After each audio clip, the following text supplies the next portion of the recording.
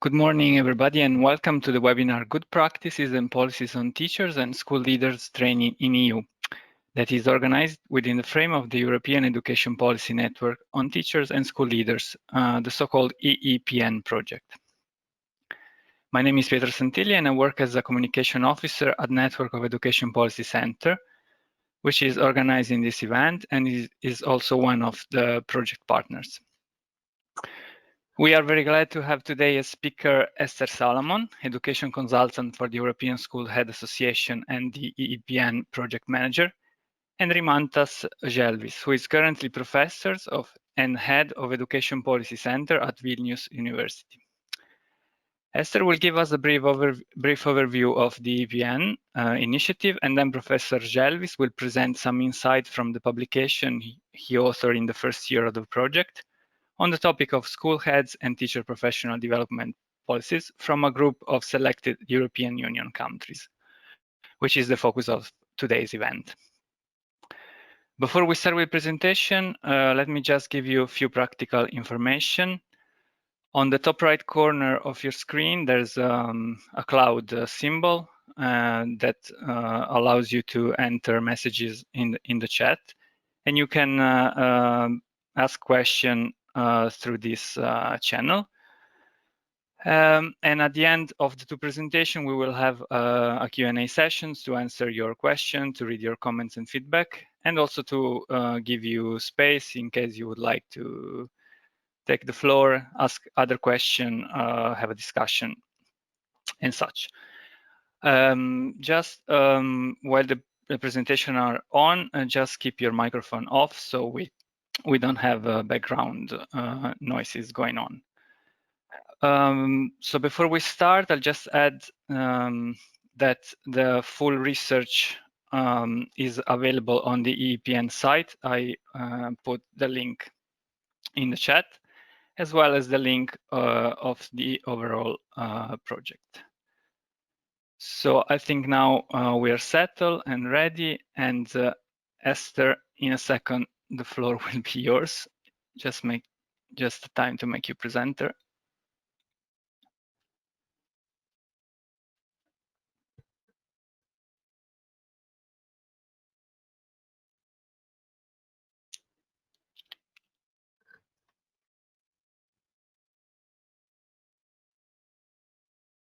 Thank you very much.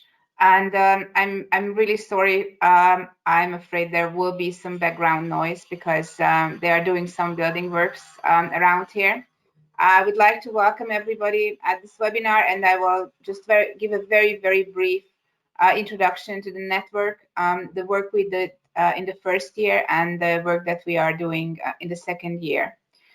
The European Education Policy Network on Teachers and School Leaders is a network of 30 partners from 19 different European countries. 17 of them are EU members, and we have Norway and Serbia as network partners. And we bring together school stakeholders with policymakers and researchers.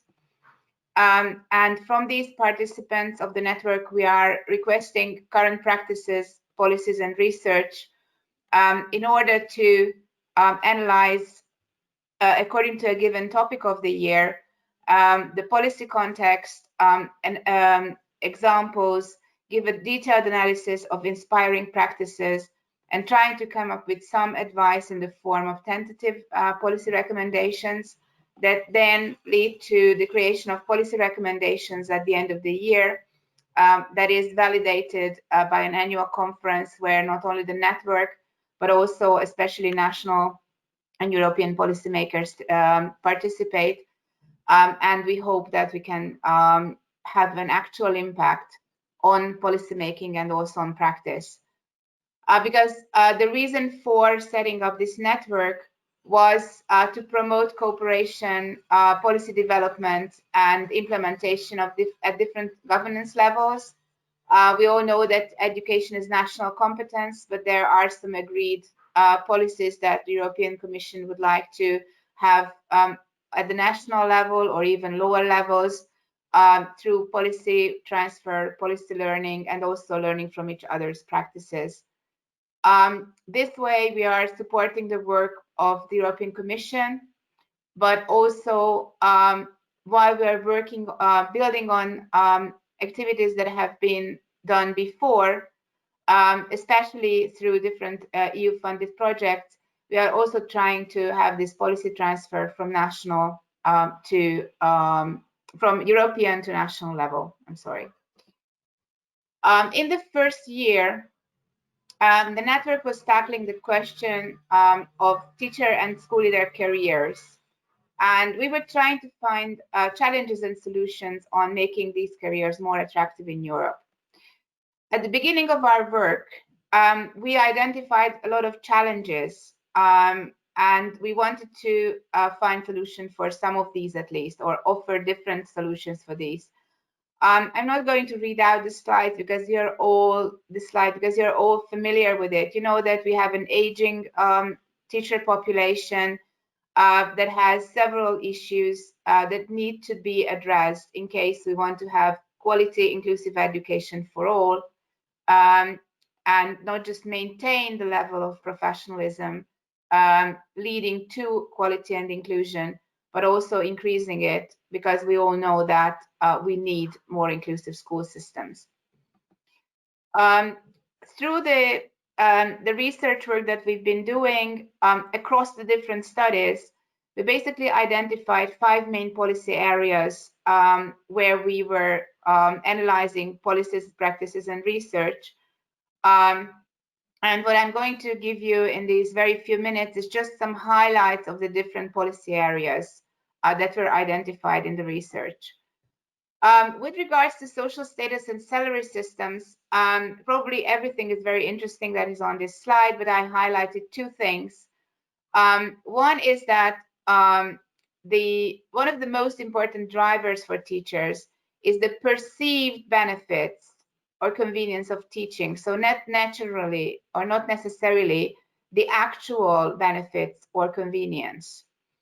And for that reason, it was also a very interesting outcome that there are several other conditions apart from salary that are primary in choosing the profession, but also when you are making decisions on staying in the profession. And very often we just don't focus enough on the working conditions, on work-life balance, and other aspects that also add to the social status and salary systems. Very closely linked to this, because the perceived benefits and convenience are very strongly linked with this, we were looking into autonomy and responsibility. It's very clear from even very early research. You see that I'm quoting something from 1981, that school autonomy and teacher autonomy increases motivation.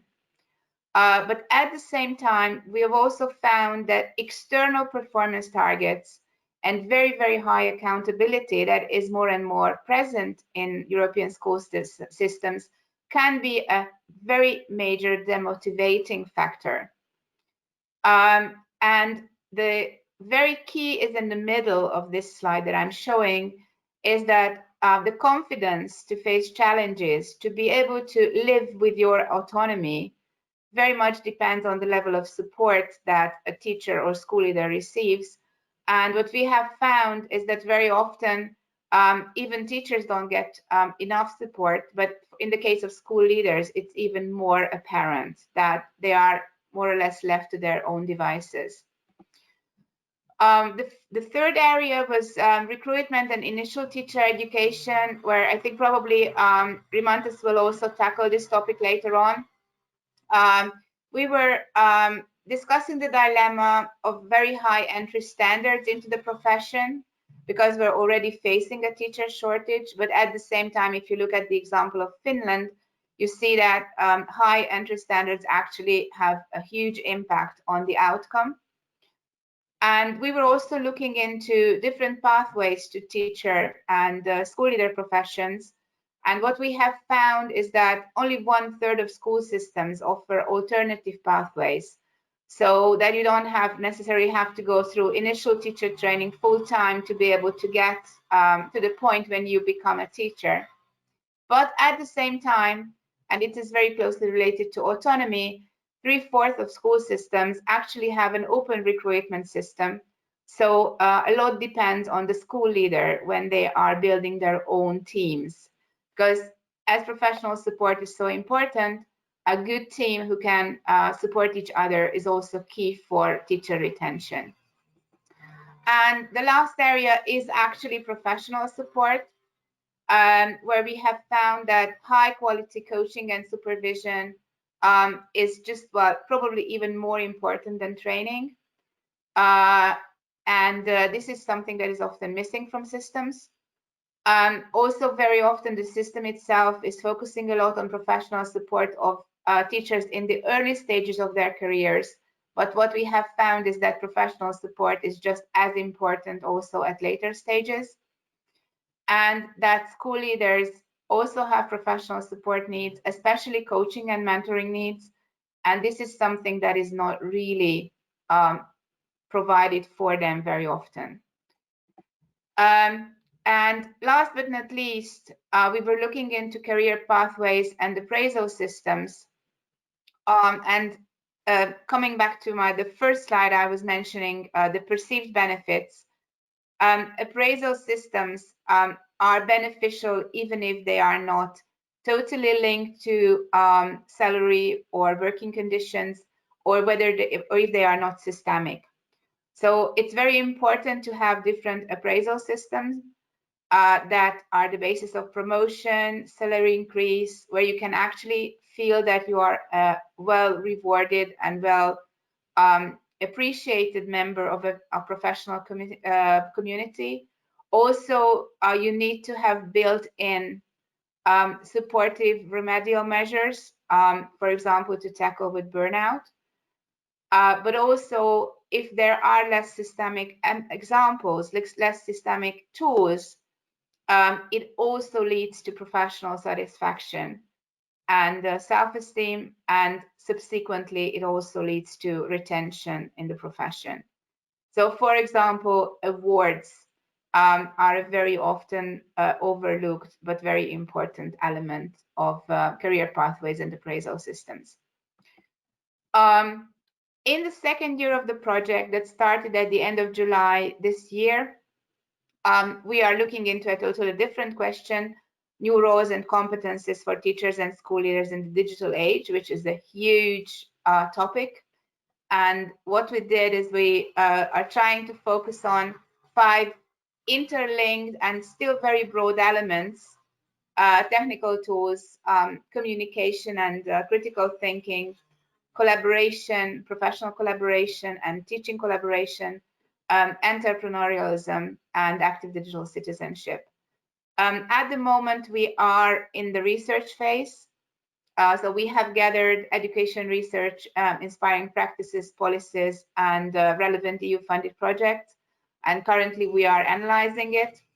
And hopefully in June, we will be able to come together in person to discuss the research findings and also validate the subsequent policy recommendations that will again be the outcome of this year. This is EPN in very, very brief. I'd like to thank you for your attention. And if you have any questions, I'm there until the end of the webinar. Thank you very much. Thank you, Esther, for this concise but detailed overview of the EEPN project, which is, in my view, very versatile and multifaceted, and therefore very interesting initiative.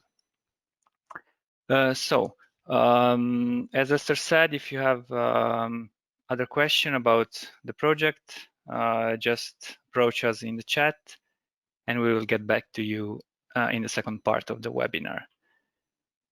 So now, Professor Jelvish, in a few seconds, the floor will be yours. And just a second, I'll make you presenter.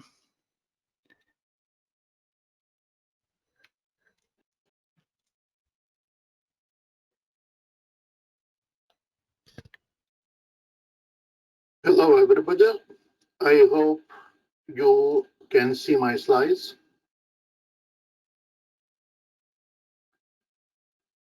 Can you see them? We can also zoom a little bit, but maybe if you can put on the slideshow, it will be more visible. Okay.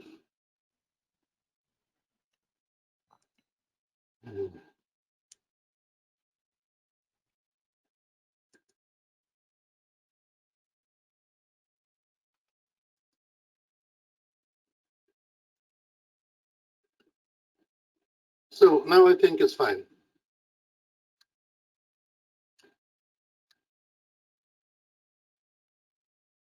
Sorry, and now we cannot see at all your screen. Oh, sorry.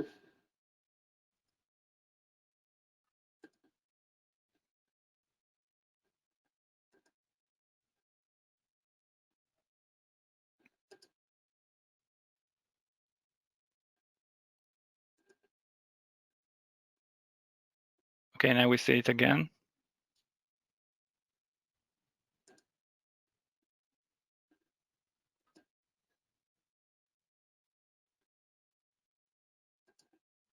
Can you see it? No. Sorry. Sorry, I'll try once again.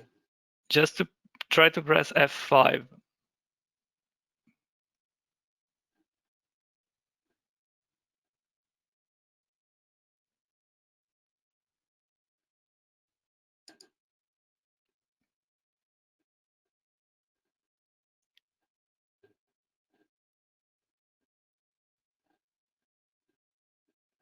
Or the icon close to the zoom bar in the bottom right corner. Yes. Now you can see it.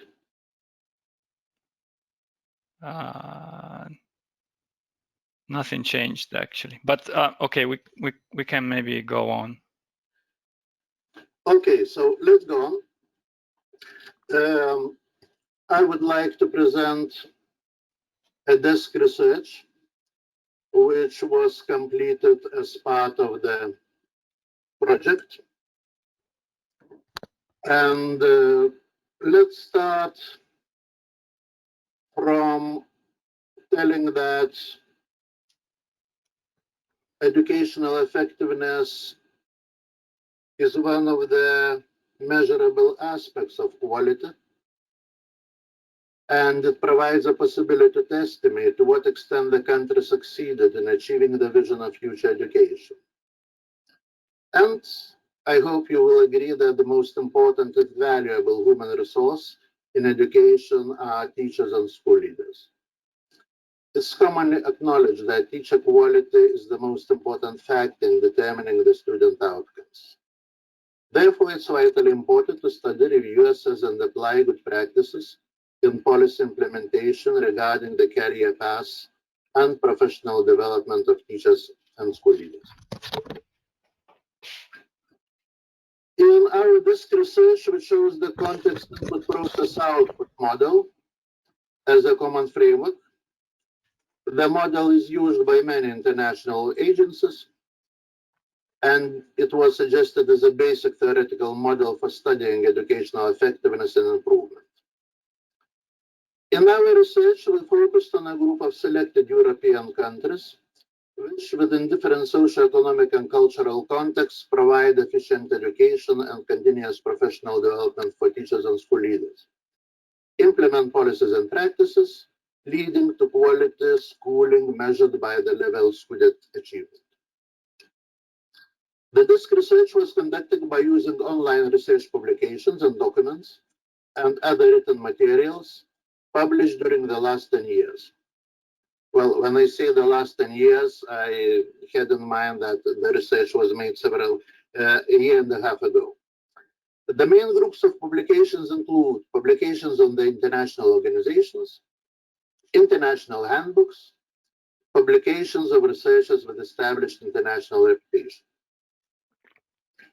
Selection criteria for examples of good practice and policy implementation were successful recruitment and attainment of motivated teachers and school leaders, coherent and effective policies and practices of professional development of teachers and school leaders, high learning outcomes judging by result of PISA, TEAMS, and PILS, at least in top 6 among the EU countries.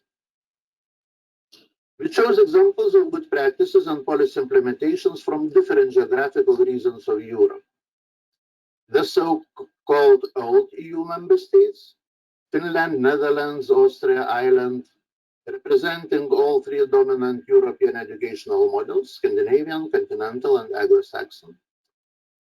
And new EU member states, Estonia, Slovenia, representing 2 different regions of Central Southeast Europe, the regions of Baltics and Balkans. And let's start from the first example, Finland, which was already mentioned in the previous report. No wonder, because during the last several decades, the phenomenon of Finnish education was increasingly attracting attention of researchers, politicians, and practitioners. The interest was mainly evoked by Finnish leadership in PISA and PILS international large-scale student achievement studies. However, achievements of the country in international large-scale student achievement studies is just one of the many dimensions of educational quality. Finnish schools are well known for their positive educational climate and the ability to prove quality education to all children, despite different socioeconomic and cultural status of their families. Let's start with the model of initial teacher training. In Finland, teachers for both primary and secondary schools have to undergo university training. The degree program is set at master's level, 300 European credits, and the studies take about 5 years to complete. The combination of a 3-year bachelor degree and a 2-year master's degree in appropriate subject qualifies teachers to teach subjects in primary and secondary schools or general subjects in vocational schools. Teacher education, especially class teacher education, is one of the most desired study programs because a carrying teaching looks very attractive for university entrance. Because of an overwhelming number of applicants to class teacher education, only up to 15% of them can be accepted. I also found out in literature that in Helsinki University, the percentage is about 10%. Student selection. Because the applicant numbers are high, a carefully prepared system of student selection must be in place. As the first step of the selection process, the matriculation grades of the applicants are considered. Additionally, the applicants take the literature test. Applicants who meet the established standards are then invited to take part in a university-specific admission screening. In the third and the final stage, each university develops its own selection process that usually consists of interviews and discussion groups. Another specific feature of the Finnish teacher education system is the research-based approach. Research-based teacher education is based on the following key principles. Teachers need a deep knowledge of the most recent advances in research in the subjects they teach. In addition, they need to be familiar with the research on how something can be taught and learned.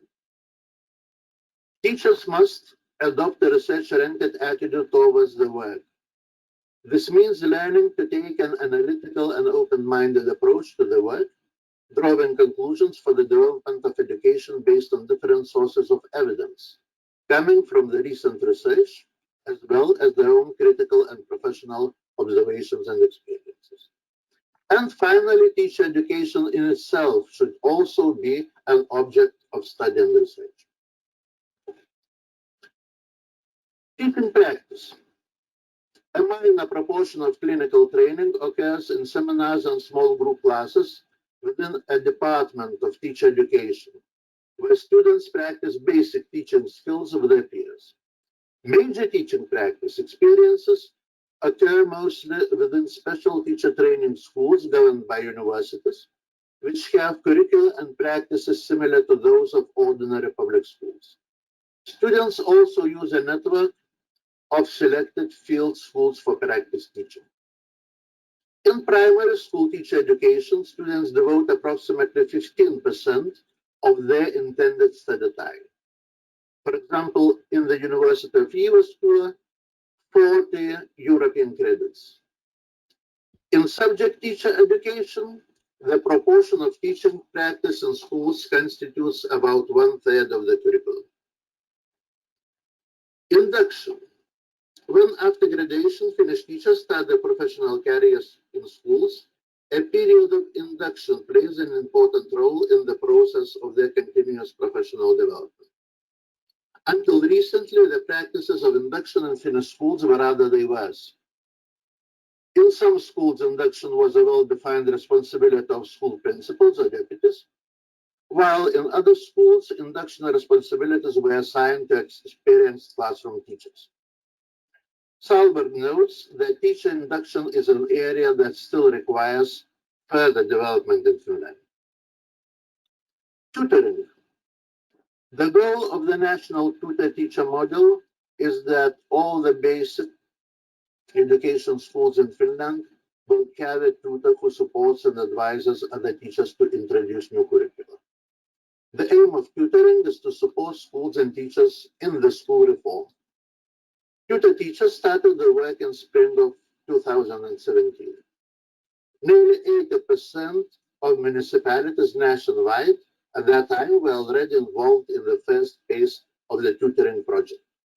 Tutoring will be expanded and strengthened in the years to come, increasing the number of participating municipalities. And there are also government subsidies available both to train the tutor teachers and to finance the work. So this was the first example of the practice. The second one that we chose in our desk research was the case of Ireland, the Republic of Ireland. In Ireland, teaching as a profession has traditionally enjoyed a relative high status and has been a popular choice with high-performing school leaders. Again, Zalberg outlines that Ireland has several advantages in its current system of teacher education that distinguish the Irish system of education from many others. The career of teaching is much desired in the country, and it carries strong social prestige, unlike in the most other countries of Europe. Teaching is perceived as a profession with a status as high as the status of lawyers, doctors, or engineers. Entry into teacher education courses in Ireland is based on students' performance in the Leaving Certificate examination and is highly competitive. Well, again, Zalberg claims that the academic standard of applicants is among the highest, if not the highest in the world. 3 subjects, English, Irish, and mathematics, are compulsory for student entry. Some universities also operate their own systems of admission, which include an interview with the applicants. Both consecutive and concurrent models are available. Entry to concurrent courses may involve submission of a portfolio or other selective criteria. Though postgraduate degree is not obligatory, a vast majority of post-primary teachers obtain postgraduate diploma in education. Currently, many institutions of higher education in Ireland offer teacher training programs. Despite positive evaluation of initial teacher education, worries are voiced that it will be difficult to assure the quality unless the size of the teacher education institution is sufficiently large and thereby has a critical mass through full-time professional staff and competitiveness for good teaching, research, and international cooperation. Therefore, educational experts think that all these characteristics are essential for the overall quality in teacher education, and they assume that teacher education in the country should be concentrated into a smaller number of centers, which could be professionally and academically stronger. The Teaching Council. The Teaching Council acts as the body which sets professional standards for the teaching profession and drafts teacher education policy.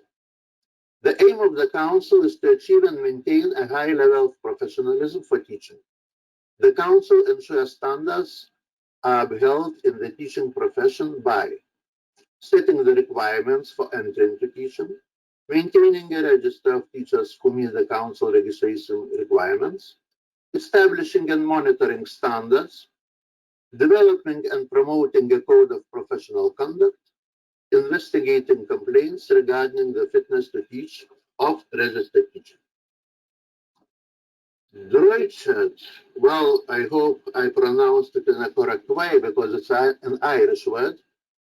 Deutschland, Irish for bridge, is an integrated induction system for newly qualified teachers. It includes both school-based and additional professional learning activities. The first step in this process is to establish a professional support team.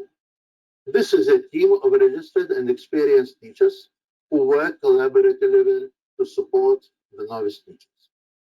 A national induction program for teachers provides follow-up support and professional development to the support team, newly qualified teachers, and the school staff. It is important that there is a whole school approach to Deutsche, as each staff member will support beginning teachers in different ways. So these are two examples concerning initial teacher training, and now let's proceed to school leadership. Education policies that aim to build emphasis on school leadership capacity consequently have an important role. Research evidence shows that school heads are second only to classroom teachers in the influence upon student outcomes. The provision of appropriate continuing professional development for school leaders is of great importance, especially when it's considered that conventionally leadership really teaches in initial teacher education programs. And again, the first example, which I would like to mention, is the example of the Republic of Ireland. In the Republic of Ireland, the Center for School Leadership has been established in 2016 on a partnership basis between the Department of Education and Skills and the associations representing the country's school leaders in primary and secondary education.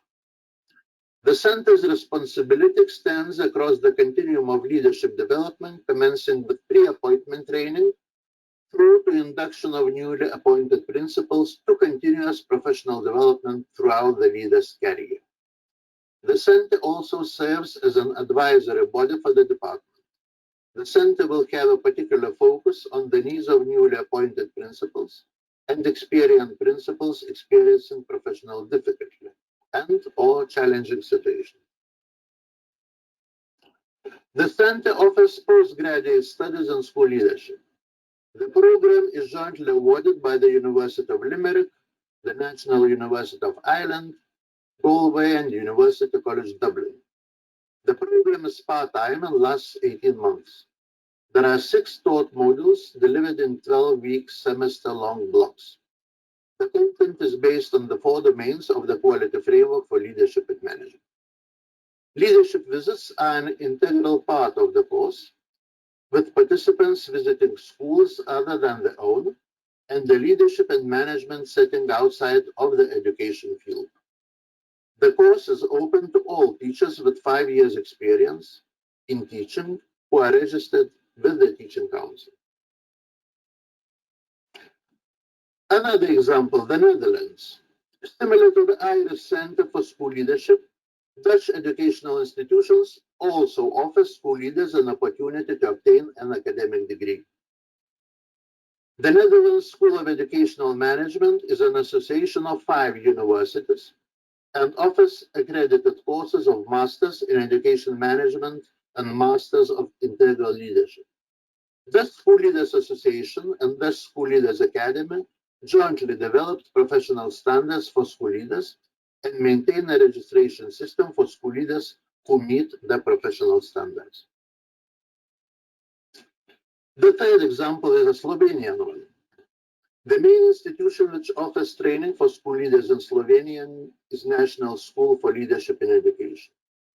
The purpose of the program of initial head teacher training is to implement the headship license program. Slovenian legislation regulates that all head teachers are required to participate in the training program leading to the headship license. The participants are head teacher candidates, newly appointed head teachers, or aspiring head teachers. The program is implemented in small groups by which different forms of active work are made possible, such as workshops, group work, case studies, role-playing, shadowing, exchange of participants' experience, presentations of particular organizations, face-to-face meetings with experienced head teachers, etc. Mentorship. The organization also offers a specialized one-year mentoring program for newly appointed school leaders. The program is implemented in the form of 5 one-day meetings of newly appointed head teachers and mentors to head teachers. The organization coordinates the program, and an experienced mentor accompanies each newly appointed school principal. Following every meeting, intermediate activities take place, as well as individual collaboration between the mentor and the newly appointed head teacher. The program is a combination of face-to-face meetings and workshops where all participants and the mentors meet. Austria. In Austria, there are several learning opportunities for school leaders. Compulsory management training, courses at teacher training institutions, training at the Leadership Academy. Newly appointed school principals have to complete a compulsory management training program within the first 4 years of their principalship in order to get the extension of the contract. Usually, it's a part-time modular course offered by an institution of in-service training combined with periods of self-study. There is no required pre-service preparation for the candidates for principalship in the country. There are also no compulsory introduction programs. Further participation in professional development programs is expected, but not compulsory. The Leadership Academy holds 4 3-day forums each year, and in every forum, participants reach a new milestone on the way to membership of the Academy. Successful graduation and admission to membership of the Academy is decided on during the certification process and the 4th forum. The Academy course includes plenary meetings with motivational lectures, workshops in collegial coaching groups, reflection on innovation and development of project ideas, learning partnership sessions for the exchange of ideas and collegial brainstorming, workshops in regional groups for networking, and for the presentation and exchange of ideas. Leadership Academy applies the leadership competence scale, which enables the assessment of leadership qualities, capabilities, and behavior according to various types. And finally, Estonian example. In 2014, Estonia started a national professional training program designed to create a pool of mentors whose expertise is channeled to support newly appointed school leaders. The objective of the program is twofold: to provide high-quality mentoring support to the school leaders and to promote internal mentoring systems at the mentors of schools. There is a public competitive process to apply for the mentoring position. Applicants must have at least 5 years experience and demonstrate very high motivation. The training for mentors is carried out by a private company in cooperation with a non-profit foundation governed by the Estonian Ministry of Education and Research. Training for mentors includes communication, needs analysis, coaching, and feedback skills. There is also a special development program to support new principals during the first 2 years in the new position. It consists of 8 two-day seminars, visits to school in Estonia and abroad, and meetings with experts and practitioners. Mentoring is a major component of the program. All participants are assigned a mentor who has graduated from the National Mentoring Program. Mentors and mentees are matched according to the mentees' needs. They are both prepared for the cooperation and jointly determine an individualized agenda. The mentor is supposed to act as a critical friend to the principal using coaching skills. The mentor and mentee meet at least once a month and have additional sessions via email, phone, and other means of communication. Now, I would like to proceed to conclusions and recommendations. The selection of country cases presented above does not include the review of monetary policies. Competitive teacher salaries are part of an effective professional career model. Teacher salaries represent the largest single cost in formal education and have a direct impact on the attractiveness of the teaching profession. They influence decisions to enroll in teacher education programs, work as a teacher after university graduation, return to the teaching profession in case of a career interruption, and to remain a teacher. However, country approaches to teacher salary issue vary a great deal, and the impact of monetary policies may vary across different country contexts. That's why we didn't get into depth in analyzing the monetary policy, though we understand the importance of this. Most of the EU countries consider a master's degree a necessary precondition for teaching, not only in secondary, but also in primary schools. Countries which still practice to educate teachers at the bachelor's level have nevertheless switched from colleges to university education. Teachers' colleges are gone. The number of specialized teacher training universities is also decreasing. Experts recommend not to scatter initial teacher training programs across many different universities, but rather to concentrate teacher education in a smaller number of large university centers in order to make studies academically and professionally stronger. Master studies imply acquiring competences in the field of educational research, which are highly demanded in a contemporary school. Further efforts of raising the quality of the teaching course are reflected in higher entry standards.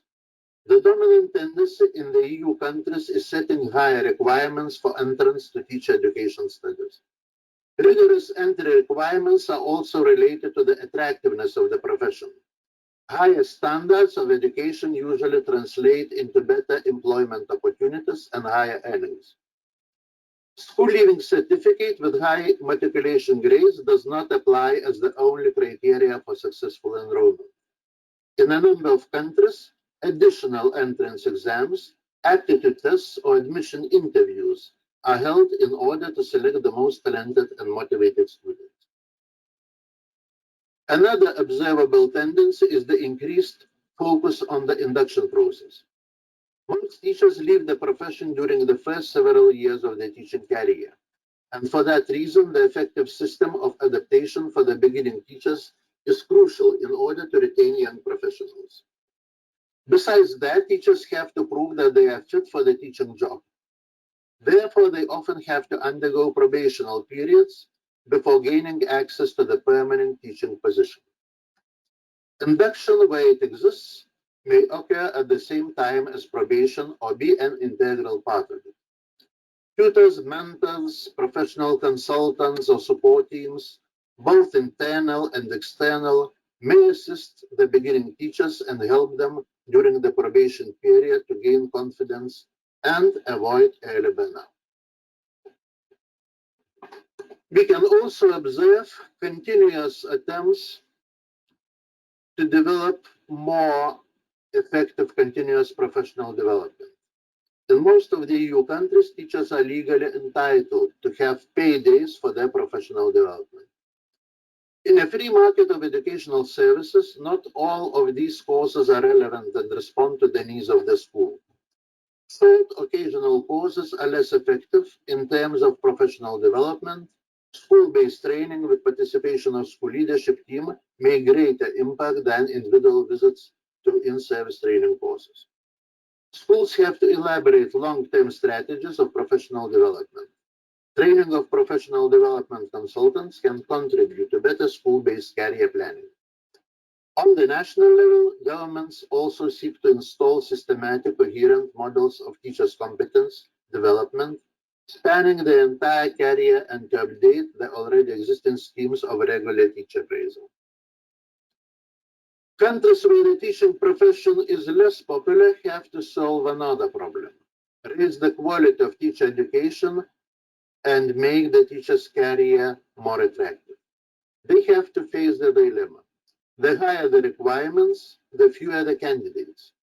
In case of a teacher shortage, the policy of raising standards increases the risk of reducing the number of students willing to choose the teaching profession. Requirements of obligatory leadership training for those willing to apply for school headship could also reduce the number of prospective candidates. On the other hand, requirements of leadership training for acting school heads are convenient in many EU countries. The pre-appointment training of school leaders is preferable and is considered as an advantage in case of competitive placement. A strong motivating factor for school leaders is the possibility of acquiring formal postgraduate award. A postgraduate diploma or master's degree. It is an attribute of high academic status and prestige, as well as an evidence of higher level of competence. However, the requirement should not be imposed on school leaders, as not all good practitioners are academically oriented. A wide range of short-term courses for school leaders is no less important in order to offer possibilities of continuous professional development. Professional associations could play a dominant role in this respect, as fellow professionals apparently know best which training options are most relevant and effective. Cooperation of professional associations and educational leadership academies or centers seem to be the most productive for further development. And finally, several points of discussion. Current trajectories of development seem to be clear enough. High level of studies, more demanding entry requirements, concentration of teacher education in fewer but larger university centers, with better resources and wider opportunities of research-based training. These strategies of setting higher standards are followed by offering a variety of alternative pathways of training and new support services for continuous professional development of teachers and school leaders. However, all these measures of improving educational quality require additional investment. Therefore, the key question which politicians will have to answer is the following. Are societies ready to invest more in teachers, and how to make teacher education not only more effective, but also cost efficient? One of the key questions is the level of state regulation and involvement of stakeholders. Examples show that countries apply different approaches, especially during the period after the end of university-based teacher training. There are different systems of certification, licensing, and appraisal. Some of them are obligatory, others are not. Professional associations as stakeholders participate in these activities with different levels of involvement. The same applies to the provision of in-service training. Some systems are free market-based, some others rely only on the certified or state-owned providers, and still some others strictly follow the state strategy of continuous professional development. Even the most advanced countries are not completely satisfied with the currently existing models and are looking forward to its further development. The problem of the attractiveness of the teaching profession still remains unresolved in many countries. Governments, which are facing the shortage of teacher supply, are applying various promotional measures to enhance the image of the teachers and attracting more motivated young people into the teaching profession. However, the issue of the moral purpose of the teaching profession in promotion campaigns often seems to be overlooked. Do teachers still have the privilege of fulfilling the moral mission of helping both people and society? Is working in disadvantaged areas and coping with poverty and discrimination appreciated as much as high country rankings in the international league tables? One may guess whether promoting teaching as highly valued cultural and social mission and not just a service, which assists in developing a set of skills demanded by the labor market, would work better. Thank you for your attention.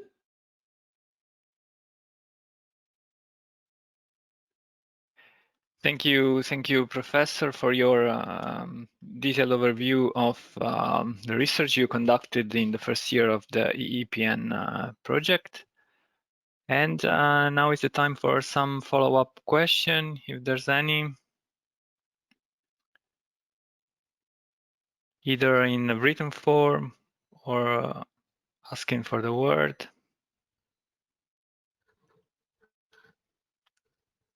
So maybe while we're waiting that some question arrive, I would like to ask you something. From your presentation, I got the impression that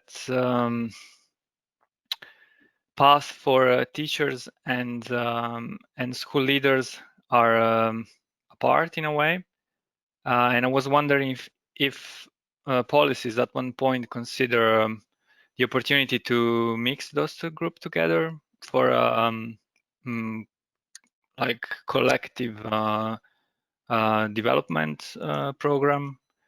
Is there any example of this mixed group training at policy level or practice level? Well, I also got the impression from the desk research that, in fact, these two career paths are somehow separated, and they are different approaches and policies concerning their professional development. However, on the other hand, I think that in a number of teacher training programs, at least on the master's level, we can find courses on education, leadership and management, on education policy, and similar subjects. So in this respect, well, I think that at least some part of training overlaps, though, as I said, I don't think, I haven't found some examples of more thorough integration of both careers. Pietro, can I come in? Yeah, sure. Actually, in the paper that was dealing with education research, what we have found is that basically school leader careers in most European countries are a further step on the way for a teacher's career. So it's very much integrated. What would be very interesting is to see alternative pathways integrated in the system. So what you're asking is very much present because those teachers who have that kind of aspiration after a certain number of years spent as teachers, they will become school leaders. So it's part of the system in a way. Thank you both for your clarification. Meantime, a couple of questions arrived. The first one is the following. Why do you think that professional associations are the best for professional development? Well, I think it comes from general assumption that, well, acting professionals know better what is relevant for them. And as I myself represent the academic community, well, occasionally I get the responses from practicing teachers and school principals that some academic subjects and some academic disciplines are not so relevant for their practical experience. Of course, we can discuss about that, and we can explain that, well, certain academic background is necessary for every practicing professional, but nevertheless, I still keep to the idea that maybe acting professionals, they understand other acting professionals best. I would say that I don't think that professional associations are the best. There are some countries where there is a strong push towards only allowing universities to organize accredited professional development programs. But I think that the best is a mix, because it really depends on the area in which they are trying to train the teachers and school leaders. It can be a non-governmental organization specializing in the field. It can be a professional association. It can be university, but it can even be an informal group. We have experience, for example, with disadvantaged parents mentoring teachers. So I think it very much depends on the context. There is, in my opinion, there is no best way for professional development. I mean, best organizational way for professional development. Yes, I tend to agree that much depends on the context, because on the other hand, if we talk about some academic degree, let's say master's degree, so of course the theoretical and academic dimension is necessary. It should be there, not just exchanging good practice examples. I can react on the next question by Martin, if you want. Yeah, he's sure. asking, Should we just read it for the recording? Singapore seems to have made it compulsory for future school leaders to travel to other countries to learn from other school systems and bring insight back into their system. Have you read anything about similar programs in Europe? What do you think of it? Well, I don't know about any similar programs that are compulsory in Europe, but ESHA does have a job shadowing program for school leaders who are in the initial phases of their school leader careers, helping them to understand different contexts and the practice of other school leaders also from other countries. But I think that it's a very useful exercise. I know of a similar program that is not for school leaders, but it was in place for all teachers for a long time in Israel, where it was compulsory for every teacher to have a sabbatical year every 7th year, and either to teach in a different country or to work in a totally different field, which very much enriched their practice later on.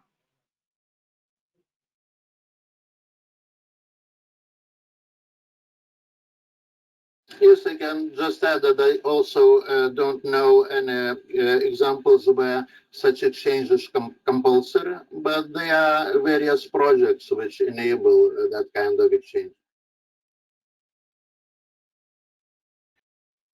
Thank you. Are here any other question that comes to your mind? We still have a few minutes. Some comments, feedback.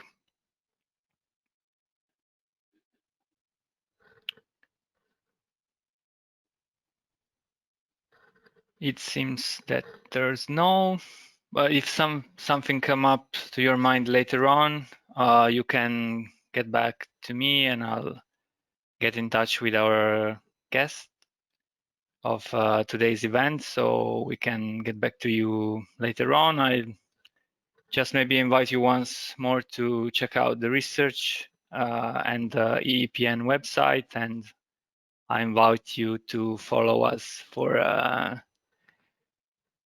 our next year research that is due to be published in June.